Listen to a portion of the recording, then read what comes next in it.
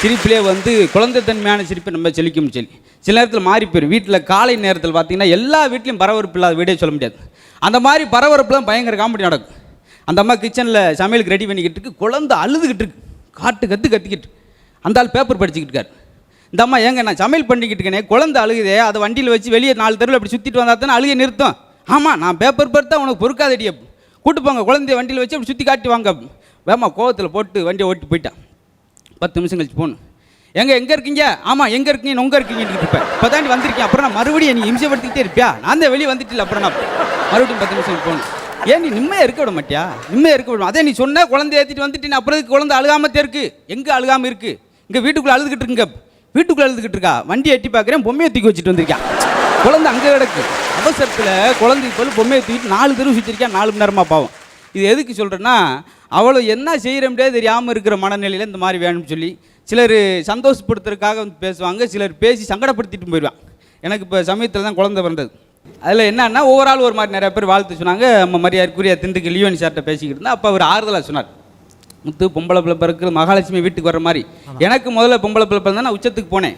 ஏன் ரஜினி சாருக்கே முதல்ல பொம்பளை பிள்ளை தான், ஏன் ஜவஹர்லால் நேருக்கே எடுத்தோன்னு பொம்பளை பிள்ளை தான் அப்படின்றார். இந்த நேரத்தில் நான் ஒன்று சொல்லிக்கிறேன், எனக்கும் முதல்ல பொம்பளை குழந்தை தான். பார்த்துக்கங்க ஒரு நிமிஷம், எனக்கு 2 பெண் குழந்தைகள் தான். இல்லை கடைசியில் இப்போ டிவியில் பார்த்துட்டு இருக்கிறவங்க சொல்கிறாங்க அதில் எனக்கும் பெண் குழந்தை. அது எதுக்காக சொல்ல வந்தீங்கன்னா, அந்த மாதிரி ஆறுதலாக சொன்னால் எனக்கு சந்தோஷமாக இருந்துச்சு. சொல்லிக்கிட்டே இருந்தாங்க. அதுக்கடுத்து எங்கள் ஊரில் ஒரு ஆள் ஃபோன் பண்ணார், முத்து பொம்பளை பிள்ளையாமில்ல, இதே மாதிரி தான் எங்கள் பெரியப்பாவுக்கு பொம்பளை பிள்ளை பிறந்துச்சு, பழனியில் பிச்சை எடுத்துக்கிட்டு இருக்காரு. அடுத்த வரி அதை சண்டால பாவிய. ஆனால் உனக்கு அப்படி இல்லை, மதுரையில் மீனாட்சி அம்மங்களுக்கு நீ அங்கேயே எடுத்துக்கலாம். கும்பிட்டேன் அந்த ஆள், ஐயா உனக்கு இன்னும் காலையில் பொண்ணு இதுக்காயா பேசுன அப்படின்னு சொல்லி. இல்லை முத்து, ஆனால் பாருங்க முதல் வாட்டி எத்தனை பேர் சொன்னாங்க எனக்கும் பெண் குழந்தைன்னு. இப்போ யாராவது வாய திறந்தாங்களா பார்த்தீங்களா?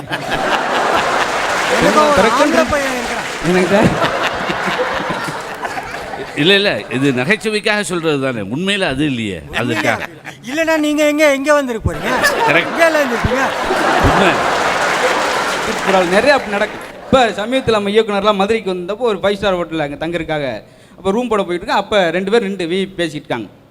அதில் என்ன ஒரு ஆள் பார்த்துட்டார், சார் மதுரை முத்து அப்படின்னு. அவரை இவர் பார்த்தாலும் பேசாமல் இருந்தாலும் பரவாயில்ல, பக்கத்தால் கூப்பிட்டு மதுரை முத்துங்க, தயா ஆகிக்கிட்டு இருக்கு, மணி 5 ஆச்சு, மதுரை முத்து குதிரை முத்து போய் அங்கிட்டு நீ எப்பவுமே கிடக்கிற வேலை இல்லை, நீ வேற என் காது பட சொல்லிட்டு போயிட்டு இருக்காங்க. நான் கேட்டேன், நான் பாட்டு நின்றுட்டு இருந்தேன். இவர் வந்து அவரா மதுரை முத்து அறியப்பட்டு அவர் குதிரை முத்து குரங்கு முத்துண்டு விலங்க பூரா 5 நிமிஷம் எனக்கு சேர்த்து விட்டு போயிட்டாங்க.